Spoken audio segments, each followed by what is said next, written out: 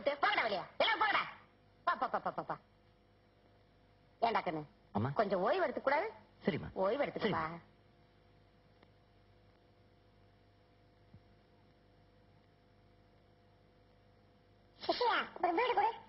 ஏய் சின்ன பசங்க பீடி குடிக்கூடாதா?